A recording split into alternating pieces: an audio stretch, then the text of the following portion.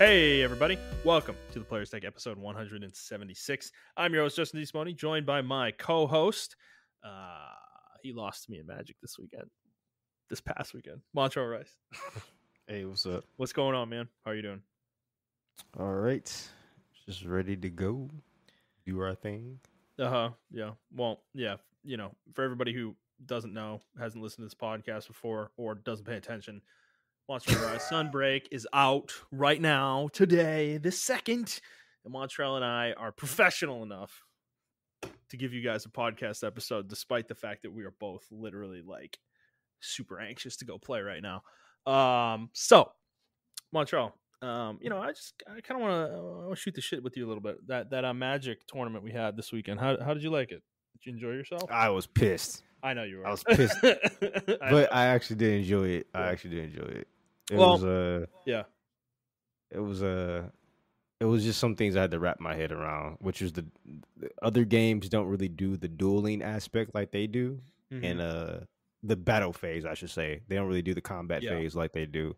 So that was the only part that really kind of confused me, but everything else like fell into place after that. So I felt bad because you hadn't played the game before. I hadn't really played the game. Like, I haven't played the game in a long time. However, I know the rules fairly well. I'm like fairly familiar with them. Plus I'd kind of familiarized myself with them a little bit before everybody came. So I kind of knew the basics overall, but there was obviously a lot of niche stuff that we still fucked up anyways. But yeah, like, I mean, it's your first time, man. Don't feel bad about it. You know, you'll get better at it if you play more. I think we all will. Like, there was something with my deck that I was like, we were fucking up the whole time. Like, I was getting a decently large advantage out of it. So it might have explained me doing as well as I did. So yeah, but it was fun, dude. I'm really into this Magic thing right now. It's kind of dangerous, you know. The money sink that is Magic the Gathering is bottomless. So I don't know. Do you think you're gonna get in? Like, have you actually got any cards yet, or are you still kind of debating about it? I have two decks in my shopping cart. So one's like a $75 deck, and then one's a $40 deck. I think I'm going to go with the $75 Commander deck. Okay, is it like a pre-made one, or? Yeah, it's a pre-made deck. Okay, is it from an older? Yeah, I did some research. I'm not too sure on that part. I did some research. I went with a couple articles, and a couple of the articles gave me links, and I was just comparing, contrasts, and stuff like that. So yeah, I'm not too sure if it's an older set or not. But these are they had them in tiers, like, you know, for beginner players, intermediate players, and then like if you want to go into a competition, they had a whole set laid out for you, or a whole set of links for you. And those links range from like $300 to $500. Yeah, so. I got a Commander deck too. I think the pre-mades, they seem like a really, really good place to start. For people like us, it has a lot of good cards. At least the one I got did, and that what I've heard from a lot of people, most of the people I've talked to about this is like the Commander decks, the pre-mades actually have a lot of value in them.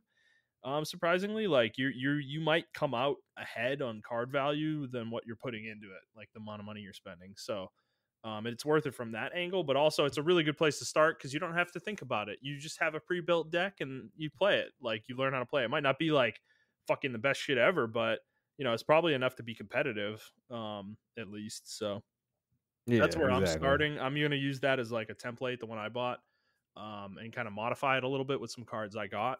And then kind of go from there and maybe build some other decks at some point. But, you know, very excited. I got my deck box today, and it's a thing of beauty. It's called the Gamegenic Cards Layer, and it's fucking awesome, dude.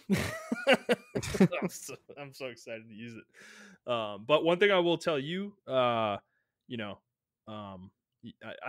know how much like I don't know if you like sleeved your shit before when you played a card game. Make sure you sleeve your cards. You know. Gotcha. Don't play them naked like you did on Saturday. Shit hurts me. Oh, brother. Well, dude, I mean, okay. There was nothing that you had that probably was worth money, but like, if you're gonna have like a fucking $20 card, you know, and you're just gonna fucking shuffle that thing and destroy the shit out of it, you know, like that. I mean, you're just throwing money away, man. Like, Yeah, that's true. You got to protect your You're right. cards, you know.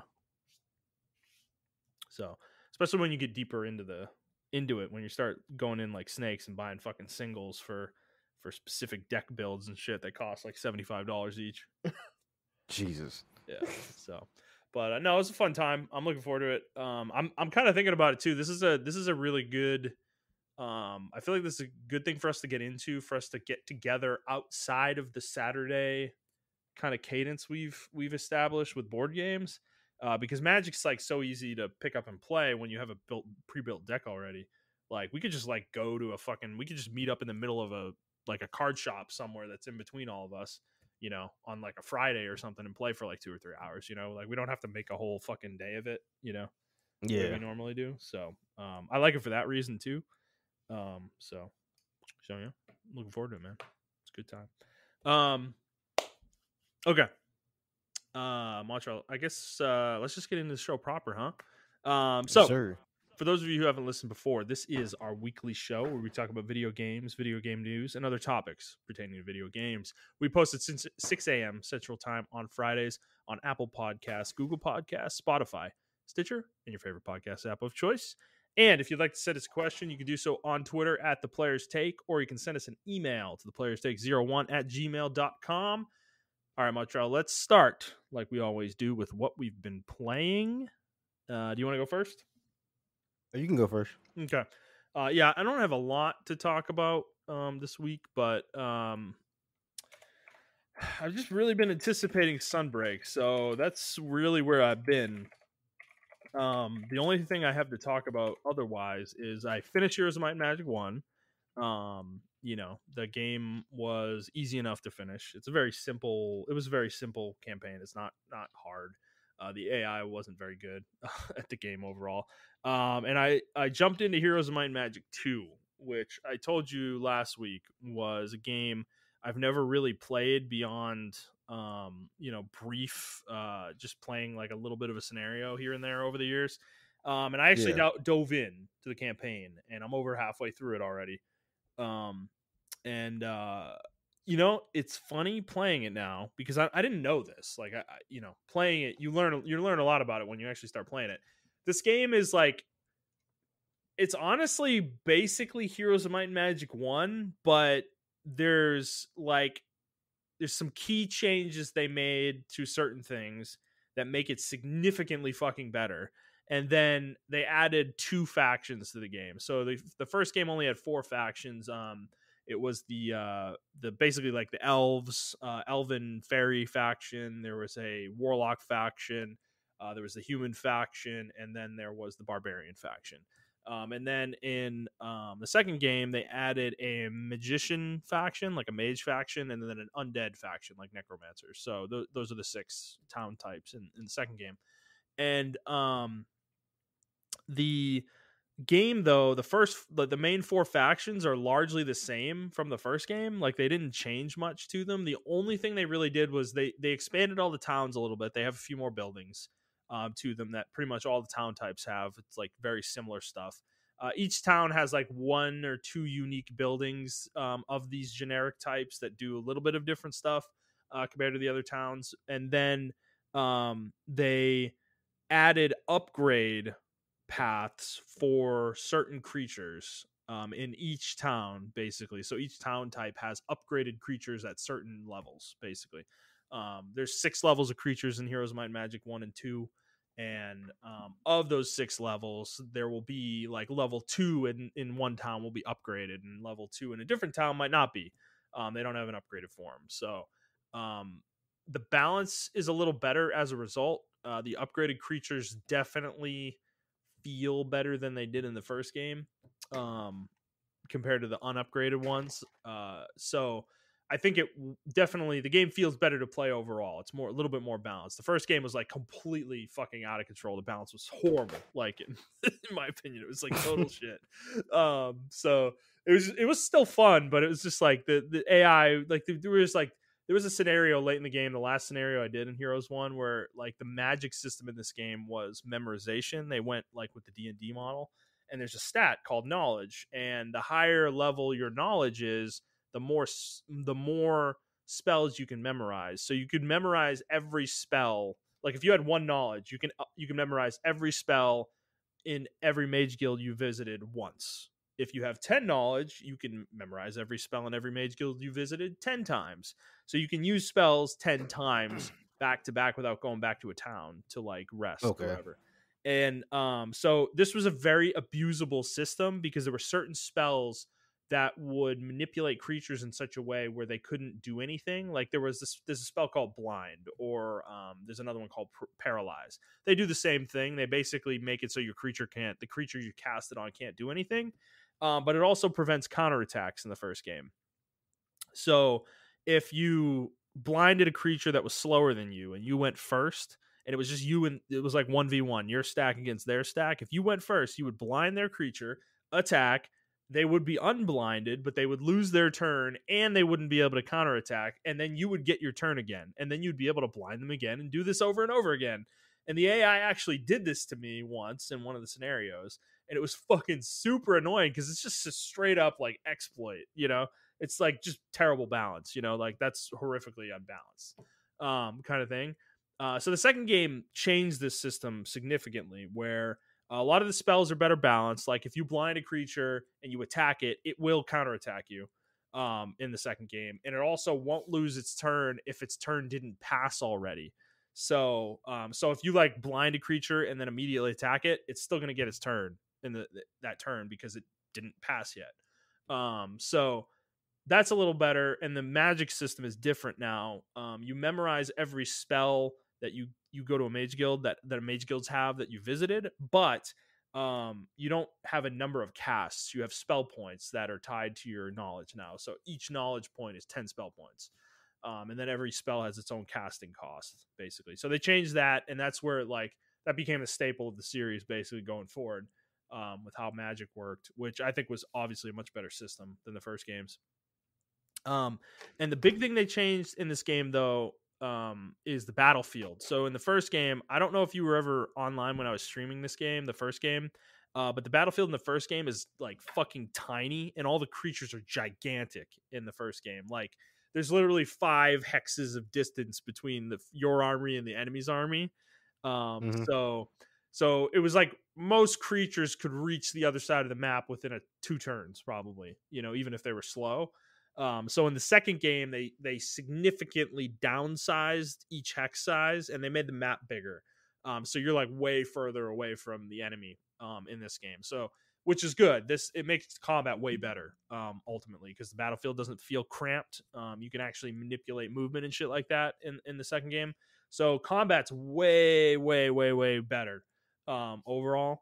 And that is a huge difference between this game and the first game. Like that's why this game is so much better than the first game, because overall the rest of it is largely the same. Like they use a lot of the same assets. It's the same engine. It's still a DOS game. Like it's kind of funny. I didn't know that about Heroes 2, and playing it now, it's kind of funny to see it because like Heroes 3, I played Heroes 3 thousands of fucking hours, dude.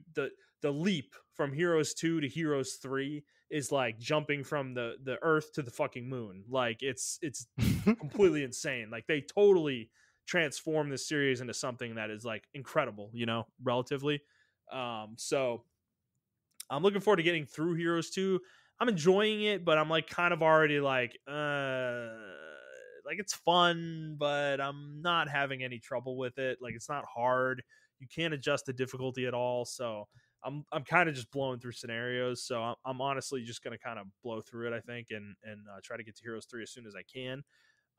But that assumes that I don't get completely fucking consumed by Sunbreak, you know, going forward the next couple weeks. So we'll see how that goes. But yeah, that's pretty much all I've been playing. So what have you been playing, man? So I've been playing. Where did the list go? Oh my god. Okay. I haven't really touched any of these games except for Sekiro and Apex. So so I played some more Sekiro. I'm in the Divine realm now. I just finished. I beat the Corrupted Monk, and yeah, I'm trying to hurry. I was trying to speed rush the game before Sunbreak came out, but that didn't happen. Yeah. Then I played a little bit of Apex, and I haven't really touched it since we played it last time. Yeah. I think it was me and you who played it last Yeah, time. I'm not I sure if don't it was think me. we've played since last week. Well, we played on Monday. Yeah, yeah. Okay, yeah, That's we right. played on And Monday. we got really annoyed. Yeah, because that was a day before the split. Yeah, So it was awful. split just happened, and now we're not even gonna play the game now. Unfortunately, Yep. this is probably the best time to play norms, Yep. because all the tryhards are in the rank Mhm. section. I did read the patch notes. I think it's even going to be even worse than it was last season. I think people are going to reach their goals even faster, and then norms is going to be corrupted again Yep. a little faster. So hopefully they can fix that. But I that's was pretty debating. much all. Yeah, I'm sorry. I was debating about Apex on the way home. I was like driving home and I was like, man, I've never tried this, but like could I, I don't want to be this guy, but I kind of do because the game's like almost forces you into this situation. Is like do I want to smurf? Like create a new account and we all just create new accounts and like see how that goes, or I was also thinking about just playing the game on PlayStation, which would be basically smurfing, but I've not played the game on controller, so I'd have to like learn that control scheme. But everything you've told me about it is like the game feels so much more fun on PlayStation for you when you play alone, because you know it's just like you feel like you're playing, like you're not playing against fucking hackers all the time, right? Yeah.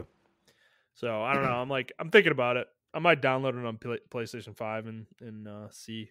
But yeah, it's just that's where I'm at with Apex. It's just so fucking frustrating most of the time. So, um, all right. Well, that's all you're playing. I guess let's just go into the news, man. The Yes, one sir. sad little story we have this week. All right. So there was a Nintendo Direct Mini that happened. I did not get a chance to watch this, but Montrell did. And he said it was pretty good overall, which looking through this list, it actually seems like it is pretty good. So we'll just go from top to bottom on the article I have. I don't know if this is actually in the order it was broadcast, but this should be everything that was announced. So first thing I see here is Persona 5 Royal, Persona 4 Golden, and Persona 3 Portable are coming to Switch. And Persona 5 Royal will be releasing on October 21st. And the other two are unannounced dates, which is the same as the Xbox reveal from few weeks ago, as well. So, it's finally happening, dude. Like, Persona's coming to Switch. It's fucking finally. Like, people have been asking for it for years. Yeah, I think I finally can be able to finish it now. Yeah. It's all Persona's been always one of those games where I just think it belongs in the handheld because I can do other stuff. I can watch TV or something like that during like the boring times, like when you gotta go put people on dates Read and everything books like and that. yeah. Yeah, Yeah. during the class and do all that stuff. You can watch TV and do all the other stuff like that. And I think that was the one thing that kept me from beating the game because I always get like 70 hours or not 70 hours, 40 hours into the game, and I'm like, I just don't feel like doing all this extra shit. Mm-hmm. I do feel like doing it, but I'm like, I want to do other stuff while I'm doing it. Yeah. Um, and now I can finally do that if I get on the Switch, which I think I am. I'm gonna get the Royal Edition on Switch. I never purchased the Royal Edition on like the PlayStation 5. Yeah. So I actually forgot this game came out on PS3. Completely forgot. Yeah, you were making a joke about that, about the frame rate. Yeah. And somebody called you out. And what's funny? I was like, I didn't remember either until that guy said something. And I was like, that's fucking right. That's how long Persona 5 was in development, dude. Like, it was a PS3 game at first. Like, that's what it was originally supposed to come out on, was PlayStation 3. Yeah. I still lift my joke up though, because Mm-hmm. I mean, it yeah, was spread funny. the agenda. It was funny. But no, I think it's interesting that Atlas is finally doing this, dude. Like going multiplat with Persona. I think I think PC it was has a a lot to Sony do with that. exclusive deal. Yeah. Yeah, I mean they didn't have a specific exclusivity deal with Sony. I don't think they ever really did. It just happened to be the platform that they succeeded on. So I think they were comfortable there. But I think, dude, putting Golden on 4 Golden on PC like really opened the door for them, because that game was like fucking hyper successful on PC. You know? Really? Yeah. No, oh yeah, it was a big hit for at least the weekend it came out, for sure. For a game that was fucking like a PS2 game, basically. Like, that's crazy, man. So I do find that, I think it's cool. I think it's good that they're expanding. I mean, this is a series that has the potential to be as big as Final Fantasy, I think, but it's not there. But it could be. I agree. I think Final Fantasy is just now coming back, Yeah. in my opinion. Um, hmm yeah, because I think even Square Enix had like a little mini thing, or was that last week? Did we talk about that last That week? was like 2 weeks ago. That was 2 weeks ago. Okay, Yeah. so Yeah. But all right, it's cool. yeah, Persona games coming to Switch. If you're looking forward to that, check them out.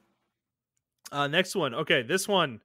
All right, dude. I was excited about this because I've been waiting for this. So Capcom, they announced Mega Man Battle Network Legacy Collection. It's coming. All the Battle Network games, all 10 of them. Now there's really only 6. They had a bunch that were like split in 2, like Pokemon games, yep. basically. But they're coming on a collection, and it's coming in 2023 to the Switch. I'm sure this is going to come to other platforms as well, but this is where it was announced. It's going It's to be already similar. announced for the PlayStation. Okay. It's already announced for PlayStation 5. Okay. Yeah, so I don't know if Xbox is going to get it or not. Probably not. They didn't do that for the other ones, but yeah, so this is going to be like the other legacy collections, like the Zero ones, Zero ZX, and then the Mega Man X, and then even the original Mega Man, I'm sure, or Mega Man Legacy Collection. Yeah. So they'll have all the accoutrements that they've done in those, with like the music mode and the art gallery and stuff like that. But these games finally are coming in a collection. I don't think, have they ever been re-released anywhere? No, not to our knowledge. That's what I These thought. games, I think these are one of the least popular Mega Man games. Yeah. They have a huge cult following, but as far as like if you tell people what Mega Man game they play, it's either original X or I even say Zero, Mega Man Zero, before they played Battle Network. So Yeah.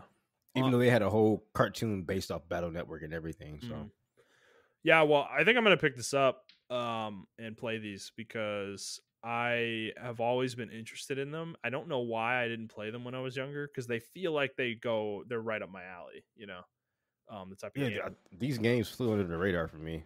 I Yeah. didn't play it till like years later, so Yeah. So hopefully it's coming. Hopefully it's early in 2023 it comes out. But then again, that might put it in like a fucking jumble of AAA games. So that might be a bad thing.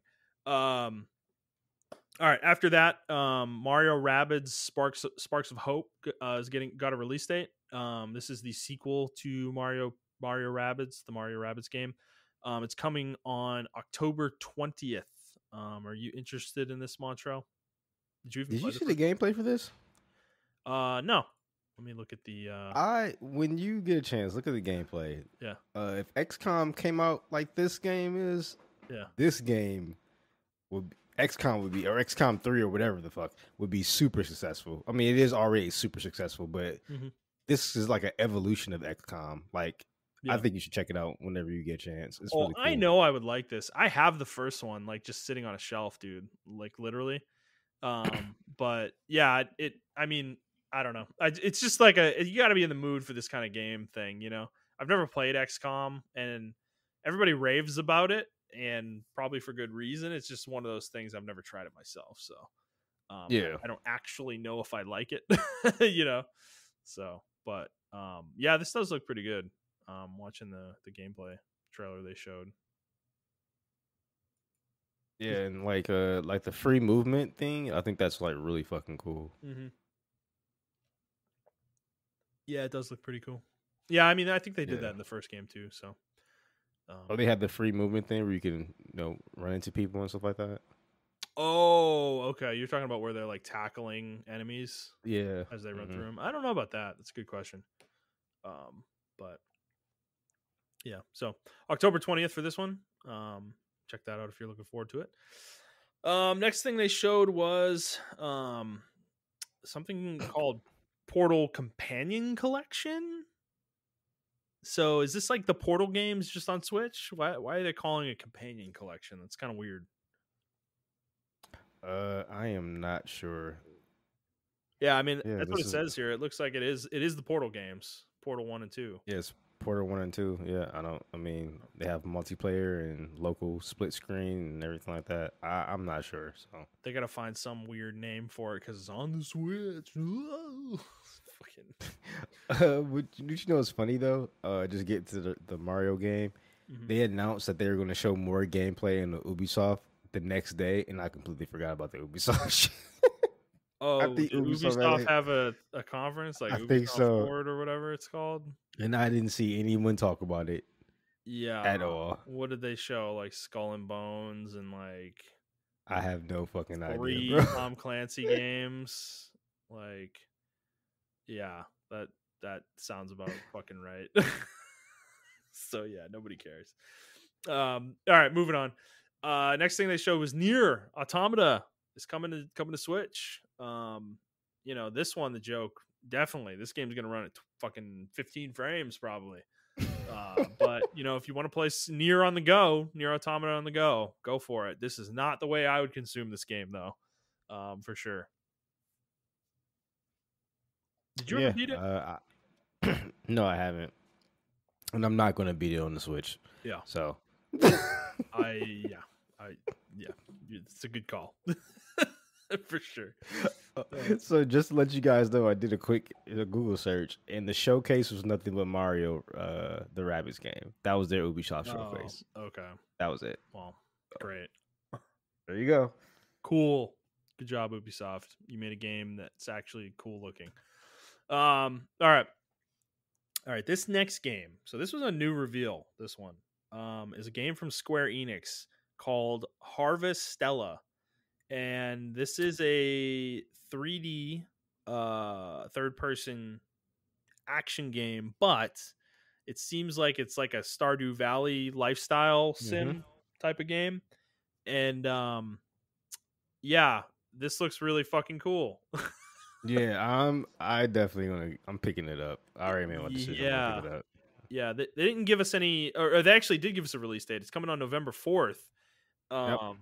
So yeah, dude, like, I mean, I'm gonna guess this has co-op too in it. So, but yeah, it looks really fucking cool, man. I'm like kind of excited. I've always wanted to play one of these types of games, but I don't want to play a game that's like strictly the lifestyle sim part. I like the idea of some combat in there and like RPG elements and stuff. So Yeah, like you're building towards something or yeah, whatever. yeah, right.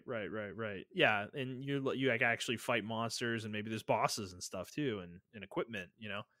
It's not just like tending to crops and shit. So Yeah. but yeah, this looks really really cool. This kind of comes out of nowhere too, to be honest. But it kind of makes me wonder though: is it going to be a Switch exclusive, or is it going to come to PlayStation? I don't know. That's a good question. It may be a Switch exclusive. I can see these type of games. I can see this being their Bravery default. Yeah. Like it'll be another Switch exclusive, and then it'll come to PlayStation later on. Or did Bravery default ever come to PlayStation? No. It didn't. It's always been a Yeah. Nintendo. It's always been a Nintendo exclusive, even from when it started on 3DS. Yeah, and I feel like it would have been announced if somebody would have leaked it already that it's coming to PlayStation 5 as well. So yeah, I didn't see that. So it looks interesting. All right, moving on. Next game they showed was Return to Monkey Island. This is the basically rebootish. I don't even know if it's a sequel. I think it is a sequel to the Monkey Island games from back in the day.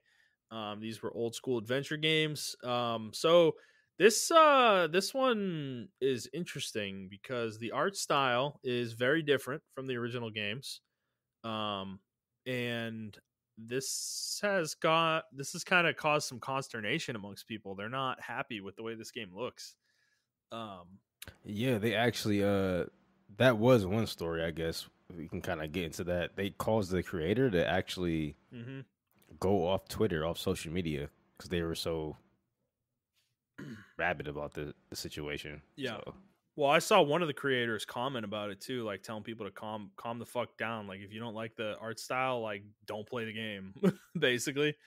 yeah, And yeah, so that's interesting. I mean, I don't like care. I don't have a horse in this race, but you know, I will say I do prefer the old art style of these games compared to this new one for sure. But that doesn't necessarily mean the game's going to be bad, though. You know. yeah. I am definitely on the side of the spectrum of the old art style. Yeah. I am not a fan of this because a lot of people are doing this art style actually, and I think it's better for like animating and stuff like that, and that's why they're Yeah. doing this particular art style. But I'm not a fan of it at all. It just And looks like apparently a lot of people are. it looks like a book, like a watercolor book or something, you know. And maybe And that's I think that's the style. Yeah, I think that's yeah, what they're going for. You know. yeah, and I Um, just don't like it that much. yeah, I'm not. It looks like the paper cutouts of a book. Like you pop up in a Yeah, book and you got yeah, the like a paper pop up cutouts. book. Yeah, yeah, yeah, exactly. Yeah, Yep, yep, yeah. yeah. I'm just not. I'm not really into that. Just to go back on Harvestella real quick. It is coming out on PC. Okay. So, Ooh. Switch and PC. Okay. Maybe we get it on PC much. Let's see if we can get the boys into it. Yeah. Get Jet doing some crops with his anime girl. You know. Yeah, right. Okay, let's move on. Next game that was shown was a new Bomberman game, Super Bomberman R2. And there's no trailer for this, so I don't know what it looks like, but if it's anything like the first Super Bomberman R, pass. Yeah, people kind of got at me. There is a trailer on YouTube for it. It Yeah. does look like the traditional Bomberman, top down. Uh, you place the bombs and everything like that, and grid Bomberman based, Yeah. traditional Bomberman. Yeah. I, along with some other people, really want the Bomberman 64 style back. Mm-hmm. I don't know why they never went back to that style. To me, Yeah. in my opinion, that was their biggest hit. Yeah. But maybe I'm wrong. That Maybe was the people. peak of Bomberman. Maybe I'm wrong. Maybe the peak of Bomberman is the traditional Bomberman, bro. Because they never went back to that. I think they tried to revisit it in Bomberman Generations for the GameCube. Yeah. But Generations was ass because the way they made the game. Like it wasn't No, because of that style. Dude, It was okay. I'm a huge Bomberman fan. Okay, like huge, and I haven't been able to be one for like 25 years because Bomberman has been shit for like 25 years. You know, like I don't understand who got a hold of this series and why they have no creativity in them at all. Because like this series, like before the N64 was, top down, grid based, basically like squares. And, I've talked about this game called Atomic Bomberman before, which was like this fucking insane PC Bomberman game that I cannot believe was ever actually made. Because like it's like literally like a really graphic version of Bomberman where it's a multiplayer game where when you kill the other Bombermen with bombs, their bodies like fucking disintegrate into their bones like fall into a pile and shit. Like it's fucking hilarious. The game is awesome. Like it's an excellent game. Like I'm like bummed that I can't play it. I don't think there's a way for me to play it anywhere. Like it's not on GOG or anything like that, as far as I know. But however, I took that love of that Bomberman into the N64 one. So Bomberman 64 was a isometric adventure game, a Bomberman adventure game basically, where it had like a story mode and you went to like 4 different worlds and you had to like basically platform around as Bomberman and like solve puzzles and fight, you fought a boss at the end of every level and shit like that, and you got like power-ups as you played through the game that made your bombs better. You got more bombs you could put down, you could kick bombs, you could throw bombs and pick them up and shit. you know and that game though changed the formula of the bombs in Bomberman. The bombs in Bomberman were like like basically like a plus sign. They would go in the cardinal directions, and the more powerful your bombs got, like when you got like a flame power up, that would extend how far the flames went in the cardinal directions. So your bombs initially would only go 1 square from the middle, And then if you got a flame power up, they'd go 2 squares from the middle, and then 3, 4, 5, so on and so forth. Yeah. And this Bomberman changed that, where it wasn't the cardinal directions anymore. Your bombs would explode in basically like a dome shape away from the bomb, essentially. And that was a huge change for Bomberman. However, some people didn't like it. I remember back in the day, they didn't like that. They liked the grid based cardinal direction shit. Bomberman 64 though, I think worked. It worked in that game. It wasn't bad. It wasn't like excellent either, but it worked for me. I think it was good enough. The problem with it is that in a 3D space, when your bombs get big enough, like powerful enough, it's really hard to tell how far away you have to go because your own bombs will hurt you. So that is the issue with that style of Bomberman. However, we're like 25 years into the future now. Like you can put little targeting reticles on the ground that show you how big your bombs are, how like big of an explosion they're going to make, you know? Like there's ways to make that kind of mechanic work now, you know, in a way that it didn't really work that well on the N64. But even saying that on the N64, it was still good. Like that game is still really good. I like Bomberman 64. The game though that I always talk about with Bomberman that I fucking love is the sequel to Bomberman 64, which is Bomberman the Second Attack, or Bomberman 64 the Second Attack. This took that the dome explosions out and went back to the grid-based explosions, but it was still a 3D isometric Bomberman game. And that game had like 8 planets you went to. There were bosses at the end of every planet. You got different bombs from those bosses. You got ice bombs, you got electric bombs, you got like all sorts of fucking types of bombs, you know? And some of the bombs didn't explode in the cardinal direction. Some of them were dome explosions as well in that game. So they still had it in there, but they were mixing and matching it with, you know, the traditional style. So that game is really fucking good though. It has a story. The story's like not that good, but you know, my nostalgia, like I love it because that was one of the first games I ever played that had like multiple endings. Like that game literally has multiple endings depending on what you do in the game. You know, it has like 3 or 4 different endings. It's fucking crazy. It's a fucking Bomberman game, you know? Like, but so that game is I really adore Bomberman 64 the Second Attack. And that to me is the peak of Bomberman. That's the best Bomberman ever was. There was continuity from the first game too. It was very little, but it was there. One of the bosses you fought in the first game was actually in the second game, and he was actually a really important character in the second game, which was really cool as a kid. So yeah. And then ever since then, it's been, like you said, Generations, which was on GameCube. There were like fucking 4 of them, and they were shit. They were total, complete ass cheeks, like trash. And they were isometric as well. They were really bad. And then after that, I don't even know what the fuck happened to Bomberman, dude. It went off the map, I feel like, forever. And then eventually, all of a sudden, it came back with Switch. I'm sure there were Bomberman games in there, too, that I don't remember or know about. Yeah. But it came out on Switch, Super Bomberman R, and I bought it, and I played it for, like, an hour or two, and I'm like, it's just a bunch of fucking stages. Like, there's nothing here. There's no story. There's nothing interesting. These stages aren't hard. They're just, like, you know, it's boring as fuck, dude. And they're just making another one of these. You know, it's like, why can't we get somebody who's like I'm not saying Bomberman has to be like The Last of Us, but I mean, do something, man, something different. You know, like try something with this series. It's just such a shame that it's been like this for such a long time, man. Like they've done nothing with it, you know. Well, I don't know if you remember, but I remember when the 360 came out. And there was like this serious Bomberman that came out. Yep. And it was terrible. Yeah. But I do remember that, and I'm I think they not tried to looking do for something that, different. though. That's like not what I'm looking for, right? I'm looking for like a goofy, cartoony Bomberman we all know, but with like some kind of story in it. It doesn't need to be like serious or crazy or anything like that, but something, you know, some kind of story mode.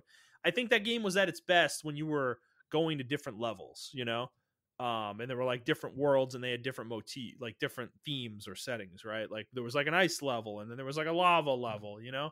I like that, you know. I think it was the one time where Bomberman platforming like felt like interesting, you know. Because in Bomberman 64 the Second Attack, like I said, you get ice bombs And when you throw those on water or lava, they create an ice platform briefly that's there for like 5 seconds. And it lets you bridge gaps that normally Bomberman can't get over because he can't jump. Traditionally, he's almost never been able to jump except for Bomberman Hero, which was also on the N64. That's like the one time I remember Bomberman being able to jump, and it was super weird. But Bomberman Hero, though, that's also another good Bomberman game, actually. But that one's like totally different from most Bomberman games. So, but yeah, so just shit like that, like a little bit more platforming, more interesting stuff. Some bosses. Like yeah. So that's all I'm asking for. I mean, are you a big Bomberman fan outside of 64? I played it. No, I played a lot of Bomber. Well, 64 was actually my first introduction to Bomberman. Mm-hmm. I didn't know it was like a whole NES classic and everything like that until after I played that. And I played Bomberman 64, Bomberman Hero, Bomberman Second Attack, Bomberman Generations. Even before Generations came out, I remember I played it was so Bomberman on the fucking Dreamcast. I can't remember the name of that fucking Bomberman, but I played that one, and that was more of the traditional grid based. And I just remember, I can't remember what the specifics were, but you were fighting different people in a competition, and you had to fight this underwater one where you laid bombs on one side and the bombs went underwater, and then came up on the other side, like almost like Battlefield style. Yeah. I just remember that boss for some reason. I don't know why. It was actually really well produced. Like it had cutscenes and everything, everything like that. But then after that, like after Generations 1, I stopped playing Bomberman. And ever since then, like every time I look into Bomberman, I see a new Bomberman game came out. It was always the traditional grid-based one, and I just fell off with this franchise after that. But before then, I was like really into Bomberman. Like I love Bomberman. Yeah. But I'm still, like I said, 64 was my first introduction to the series. So I think that is the superior. That is Bomberman to me. To whereas other people, they're like, I started playing Bomberman on the N64 or on the Super NES or the NES, and the grid base is always the one for me. So I don't know, man. Like you said, I have been a fan, but I just can't get with the grid based thing. Like that to me is not Bomberman, and that would never be Bomberman to me. And I know it sucks, but it is. That's what it is. What it is like. Yeah. Well, I mean, if you like Bomberman 64, I really recommend Bomberman 64: The Second Attack. If you can define a ROM for it or something. I actually have my copy still. If you have an N64, if you ever actually want to play it. Okay. But yeah, I fucking love that game. It's like one of my favorite games. But it's so it mixes the two styles, and I think it does it in a way that's actually really well executed. Overall. So, but yeah, I don't know. Capcom, do something better with fucking. No, that's Konami. Sorry, man. Konami. Yeah. Capcom. Yeah, Konami. Like, do something more with Bomberman, man. Like, save it. All right, let's move on, Montrell. Next thing shown was Live Alive. There's a demo coming, and the game is going to be released on July 22nd, but there will be a demo that includes 3 chapters, and that is out now. So if you want to check that out to see if you would be interested in this game, that is available. You have any interest? Yeah, I think I'm actually going to pick this. Yeah, I think I'm going to pick this up. Okay. It looks interesting. I know. What was the game before this that came out? Not Triangle Strategy, but the other one, Octopath Traveler. For some reason, that didn't really capture me, but for some reason, this one is. Like, I don't know why. The combat looks a little bit more fast paced, even though it's turn based. It's still faster paced. Time periods. Like. Maybe that's the thing too. I think it is a cool concept. Yeah, and it looks like it's more on the path of a Chrono Trigger a little bit. Yeah, and I like that combat style. Yeah, for sure. So I am definitely going to pick it up. Okay. Cool. All right. Next thing that was shown was Monster Hunter Rise Sunbreak. Got a roadmap, which this has actually been revealed, I think, a week or 2 ago. We just didn't talk about it. But they said there's 3 more title updates coming for the game this year. One in August that is going to have Seething Basil Goose and Lucent Nargacuga. and several other monsters, rare species monsters, special species monsters, a new location, Forlorn Arena. Then in the fall, there will be more rare species and subspecies. And then they said powered up monsters. I'm guessing some take on tempered or deviants or whatever the fuck this game's version of that is going to be or is. Did they have something like that in the base game? I'm trying to remember. Apex monster. That was it. Apex. Yeah, that's right. That's what it was. And then in the winter, there will be several monsters and, several more monsters. And then there will be more title updates in 2023 as well. So I'm not gonna lie. That kind of got me scared. I know. Yep. Because I'm like, what the hell is in this game then? Like, we're gonna find out. Why don't we? Yeah, like why don't we have at least the fucking seething, not the seething basically, but the other one, the Nargacuga, like, right? Yeah, why don't we have that right now? Like the Nargacuga has been out since base game. Like, dude, if they do this again with this game, they better not do that shit. Bro, if we start playing this game, right, and there isn't a rarity, like I'm trying to think of Iceborne went to rarity 12, I think. Yeah. So if we're playing this and there's only rarity 10, but there's like one rarity 11 weapon or something, like they did with the base game with the rarity 7 shit, I'm gonna be pissed. Like I'm gonna be very, very pissed because this is not a song and dance I want to play with this series, man. Because I had the same reaction you did. The reason why is it's not just those two monsters. It says several other monsters. Like, yep. How many are we talking, dude? Are they gonna put like 10 monsters in this fucking update? Does that mean like they're like these things are almost done? They're close to finish, but they weren't close enough to get released now. It's like, What went wrong with this game? Like I read or not read. I watched a video like some people doing deep dives on it and how COVID affected this game and how they actually had to redo the whole game when Monster Hunter World came out. Yeah. Like half of Rise was done, and then World came out. Yeah, so the thing is like it's too well received.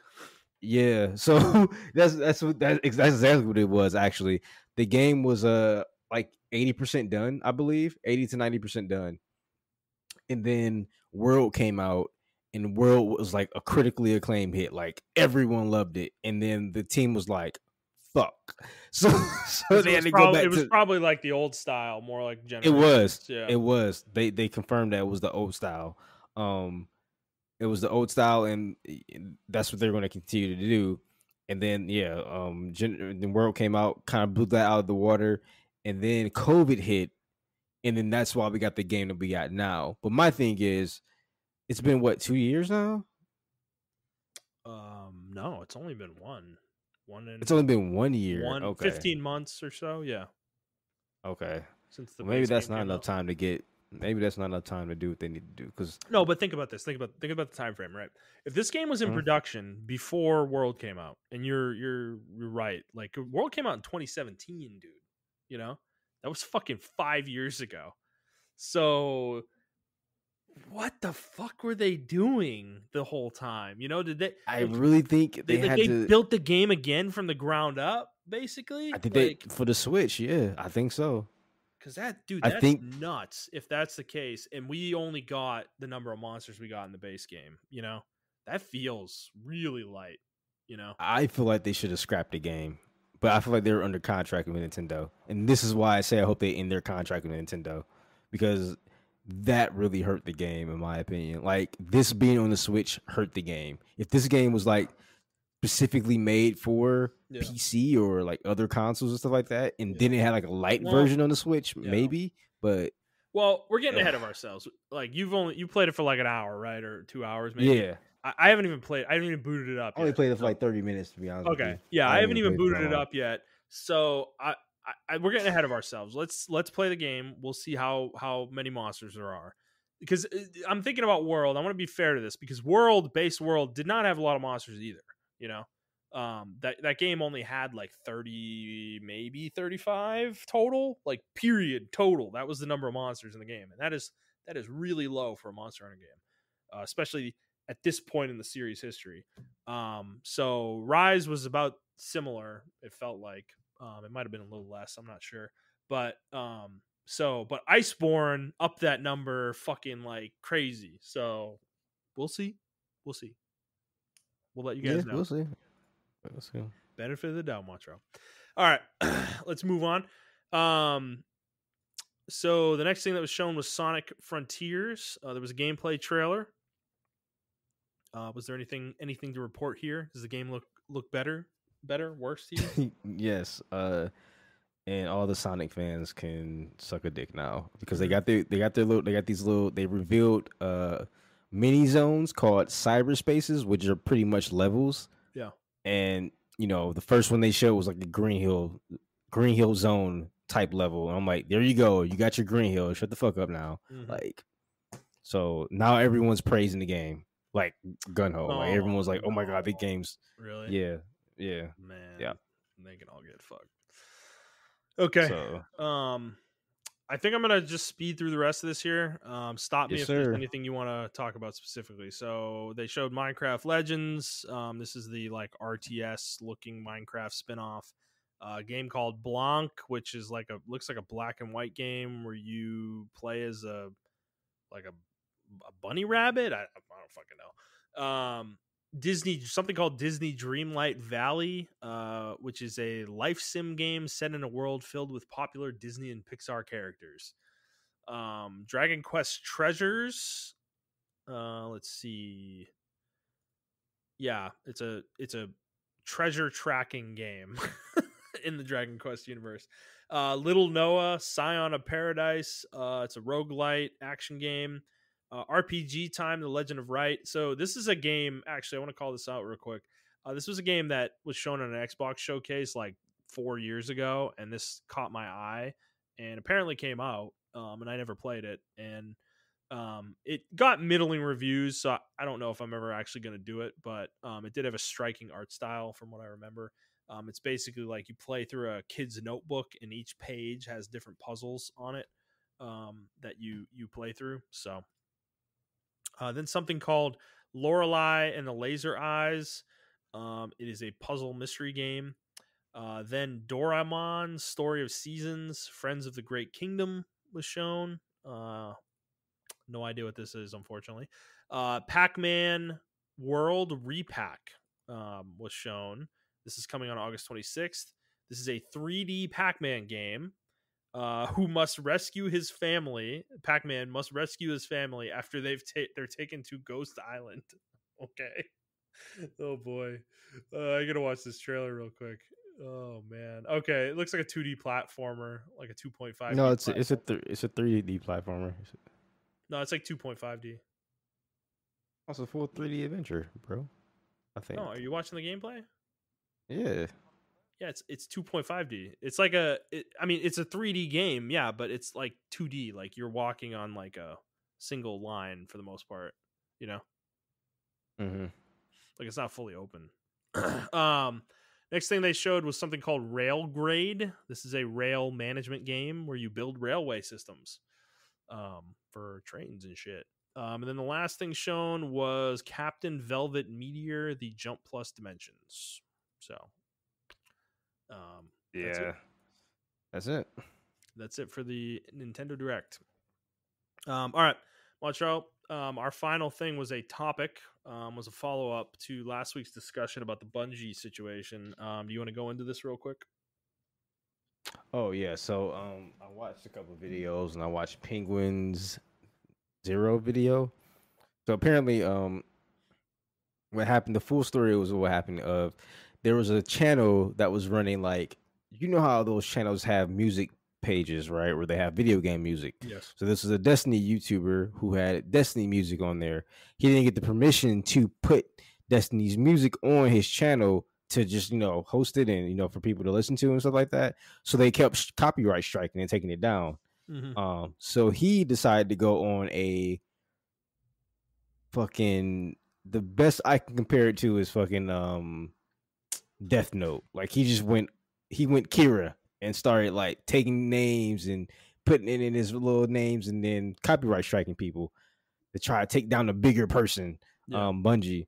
So what was going on was people thought Bungie were taking down their videos because he actually made a fake account, and I don't know how he did this, but he made a fake account um of Bungie's copyright lawyers. So they have copyright lawyers or copyright lawyer firm, and he had the same fucking wow, that's really loud in my ear. Uh, he had the same name. He made an account with the same name and started copyright striking everybody. So everybody thought it was Destiny. It was Bungie's law firm doing it. And then that law firm, or him rather, started doing it to Bungie's own videos. The reason why the story is so crazy is because Bungie had to go through the same process. This is a $1 billion company, a confirmed $1 billion company, y'all. They had to go through the same process as a lonely fucking YouTuber to get all their shit revamped. And God, you know what? The only reason they got this far, and because they were trying to get YouTube to release the person who was doing this. Yeah. And the only reason they got this far is because they took YouTube to court over it. Yeah. But they said that they released a whole statement saying that Bungie went through the whole process of trying to get through it, and they were getting links. They were getting like bots, like how you chat with somebody. They were getting bots just like a regular person do, and they got stuck in the same loop. Because you remember when that whole incident with my car got hacked, and then someone sent the phone to my account and everything like that, and I got stuck in an infinite loop trying to figure shit out. Well, the same thing happened to them. They got stuck in an infinite loop with the bots and everything like that. And this is a $1 billion company. And YouTube was like, well, whatever, what the fuck ever. We don't fucking care. Like, they followed, they delete their videos or whatever the fuck and everything like that. Or we can't release this information, even though, they're being wrongfully copyright striked. So like I said, only reason they did it is because they went to court over it, and they forced YouTube to do it. Dude, through court. And YouTube didn't want the court to go any further, so they just did it. And they dropped a lawsuit against YouTube. Wow. And now they have a 7.6 million lawsuit against this one particular guy. But I didn't really care about the copyright striking. I mean, it showed a lot of flaws within YouTube. It showed the reason I think the story is important is because it showed the flaws in the copyright striking thing, and it showed the major flaw, which I think is the most important part, because Acme had to go through it. I had to go through it before. You had to go. I don't know if you had to go through it before, but probably no. Fortunately, everyone. Yeah, so like almost every person who's had issues with like Google or YouTube is their fucking help center. Like, it's fucking trash. Their support is trash. Everything is trash. And for a $1 billion company to have to go through the same shit as me, and I don't even make $100,000. So it's like for you to have to go through the same things, and for YouTubers and everything like these $1 million YouTubers and stuff like that, like, they don't give a fuck. Like, it's actually bad. It's kind of a shame though that Bungie dropped the case against YouTube. I guess they probably had to once YouTube released the information, but dude, it's such bullshit that they're like, well, we don't want to see where this goes, so like, it's just, I don't know, like, nothing's ever gonna fucking happen, because anytime anything's brought to court, either it never happens because the little man can't afford to go to court for it, or like YouTube's on the defense and they just fucking acquiesce because they don't want some ruling to happen, related to them. So that sets like a precedent. It's just really frustrating. So they're never incentivized to change because there's no way to do it. They get out no matter what. Yeah, exactly. And the only thing they did was come out and say, like, they need to change their DMCA rules and everything like that nature. But I don't know how far they're going to take it. I mean, they did say that they're going to, try to take it up to YouTube and talk to YouTube about it. But at this point, I think YouTube is just way too big. Yeah. Google is way too big to even fucking listen. Like, but they need to do something about their system. Like, I don't know what else has to happen now. Like, to me, this was like the ultimate thing. Like, a $1 billion company had to go through the same shit we had to go through. And like, I don't know. I think that's why the story is so important for like YouTubers and everybody like that. I don't think the actual contents of the story is funny. I mean, the contents of the story is funny, but I think just the lessons that we learn from this is very telling. Like, we need somebody to come in here and give YouTube competition or something, because this is ridiculous. Well, all I can think about is the person at Bungie who, tried to put in the claim or the counterclaim or whatever, dispute the claim, and how that spiraled into their company fucking suing YouTube, and how fucking weird that must have been to be that person at Bungie, you know. Yeah. That I'm sure that was fun for them, but yeah, I don't know much more to say on it. I mean, it's pretty cut and dry at this point. Yeah, I mean, I just think YouTube needs. I mean, we said it before, but YouTube needs to get their shit together, bro. Like that support is crazy. Mm-hmm. Google has the worst support I've ever seen, and I knew exactly what they were going through when that phone incident happened. When someone tried to hack my account and tried to get a phone on my account and everything, I returned the phone and everything, and I got banned from the Google Play Store because I returned the phone, and they said I was trying to do some kind of fraud, and I'm like, bro, what? I returned the phone unopened to you guys. Yeah, that shit was crazy, man. Ugh. All right. Well, Montrell, is there anything else you'd like to discuss this week before we go? Nope, that's it. All right. Well, that's going to be it for us, guys. If you like this episode, please like the show, review the show, and subscribe to the show on whatever feed you are listening to it on. And please share it with your friends. If you'd like to interact with us on Twitter, you can do so at iTrap for the Hokage for Montrell. That is the number 4, not the word. I'm at Thundernut01, and the show is at the Player's Take. If you'd like to send us a question, you can do so on Twitter, or you can send us an email to the Player's Take 01 at gmail.com. And that is it for us, guys. Montrell and I are going to go play some fucking Monster Hunter. And yeah, we'll see if it's good. All right. That's it for us. We'll see you next week. Bye, guys.